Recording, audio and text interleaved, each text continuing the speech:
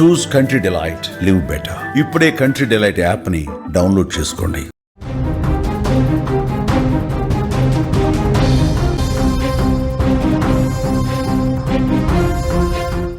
తెలంగాణ ప్రభుత్వం కీలక నిర్ణయం అయితే తీసుకున్నట్లుగా తెలుస్తుంది. రాష్ట్రంలోని అన్ని చెక్ పోస్టులను కూడా రద్దు చేసింది.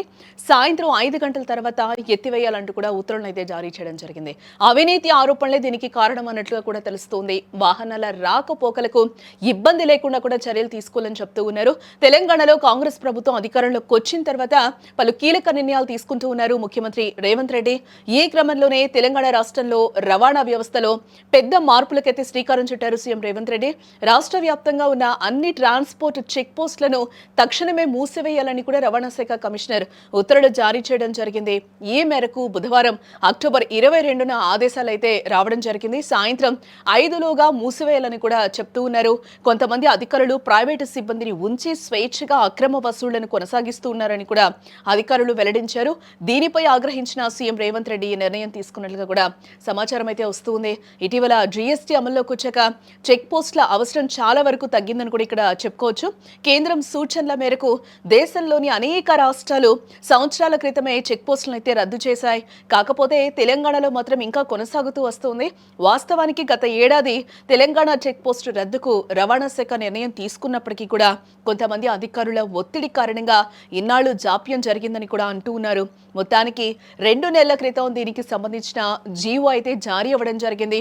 గత ఆదివారం సంగారెడ్డి, కామారెడ్డి, కొమరంభీం, భద్రాద్రి కొత్తగూడెం, ఉమ్మడి ఆదిలాబాద్ జిల్లాలోని చెక్ పోస్టులపై ఏసీబీ అధికారులు మెరుపు దాడులు అయితే నిర్వహించడం జరిగింది. ఈ దాడుల్లో భారీగా అక్రమ వసూళ్లు, అవినీతి బయటపడినట్లుగా కూడా తెలుస్తోంది. ఈ నేపథ్యంలోనే రాష్ట్రంలోని అన్ని చెక్ పోస్టులను కూడా రద్దు చేయాలని రవాణా శాఖ కమిషనర్ ఆదేశాలు అయితే జారీ చేయడం జరిగింది. ఇక రాష్ట్ర వ్యాప్తంగా ఉన్న అన్ని చెక్ పోస్టులను కూడా మూసివేయడంతో పాటు అక్కడి సిబ్బందిని ఇతర చోట్ల వినియోగించుకోవాలి. డిప్యూటీ ట్రాన్స్పోర్ట్ కమిషనర్లు అలాగే జిల్లా ట్రాన్స్పోర్ట్ అధికారులు తక్షణ చర్యలు తీసుకోవాలని కూడా చెప్తూ ఉన్నారు. చెక్ పోస్టుల వద్ద ఉన్న బోర్డులు, బారికేడ్లు తొలగించాలని, సిబ్బందిని ఇతర విభాగాల్లోకి బదిలీ చేయాలని కూడా సీఎం ఈ సందర్భంగా ఆదేశించడం జరిగింది. అలాగే చెక్ పోస్టుల్లో ఉన్న పరికరాలు, ఫర్నిచర్, రికార్డులకు సంబంధిత డిటిఓ కార్యాలయాలకు తరలించాలని కూడా చెప్తూ ఉన్నారు. అన్ని ఆర్థిక పరిపాలనా రికార్డులను కూడా సరిచూసి భద్రపరచాలి. మూసివేత ప్రక్రియపై సమగ్ర నివేదికను బుధవారం సాయంత్రం 5 గంటల్లోపు సమర్పించాలి అని ప్రభుత్వం ఉత్తర్వుల్లో ఆదేశించడం జరిగింది. తెలంగాణ ట్రాన్స్పోర్ట్ డిపార్ట్మెంట్ నుంచి గత ఆగస్టులో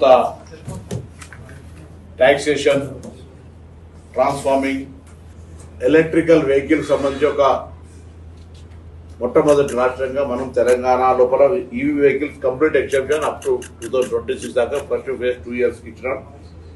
దానివల్ల ఇప్పటిదాకా దాదాపు 577 కోట్ల ట్యాక్స్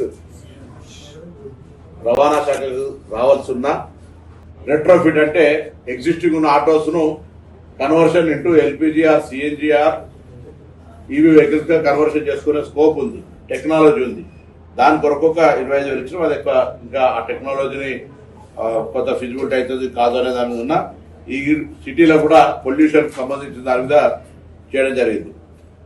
అది చెప్పినప్పుడు జియో ఎంఎస్ నెంబర్ 58 ద్వారా 28వ తారీఖు నాడు ఆగస్టులో చెక్ పోస్ట్ ఎత్తివేతకు సంబంధించినటువంటి నిర్ణయం తీసుకోవడం జరిగింది. ఇది ఒక నిర్ణయం. దాని తర్వాత రేడియం సంబంధించి కూడా యాక్సిడెంట్ ఎక్కువగా జరుగుతున్నటువంటి సందర్భంలో ఆగిన వాహనాలకు వాటన్నిటికి సంబంధించి